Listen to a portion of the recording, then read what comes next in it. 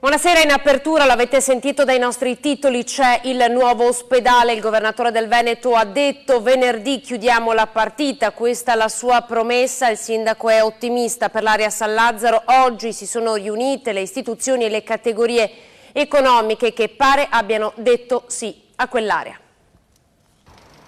È conto alla rovescia per il nuovo ospedale di Padova. L'ultimo progetto improntato nell'area di San Lazzaro venerdì passerà al vaglio della Regione, che dovrà esprimersi sulla sua fattibilità.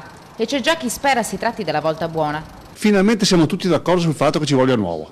Abbiamo superato l'ipotesi che si possa recuperare e restaurare, si è capito che era una soluzione impraticabile, abbiamo perso del tempo, è indubbio che abbiamo perso del tempo, non ci possiamo più permettere di perdere tempo. Dal canto suo il sindaco Bitonci ha già iniziato l'iter per la variante al piano regolatore per trasformare l'area da zona commerciale a ospedaliera, forte delle ultime novità. Sono disposti anche a un cambio di destinazione d'uso e quindi vuol dire che la società che detiene gli altri 200.000 metri è disponibile anche un ampliamento della zona ospedaliera nella zona che attualmente è residenziale e quindi nulla dovrebbe ostare alla realizzazione del nuovo ospedale. Un'area in completa proprietà dell'amministrazione comunale, senza problemi di vincoli e con viabilità già fatta, precisa il sindaco, una location che piace. Noi vediamo all'interno di quest'area una possibile sinergia vincente, l'alta velocità, l'ospedale, l'SFMR. Attualmente è la porta principale metropolitana di Padova, quindi ha questa anche grande possibilità di essere in collegamento diretto con il resto, quindi con l'extraurbano. Non discute dell'area ma dei tempi la Camera di Commercio. Noi ci esprimiamo sui tempi.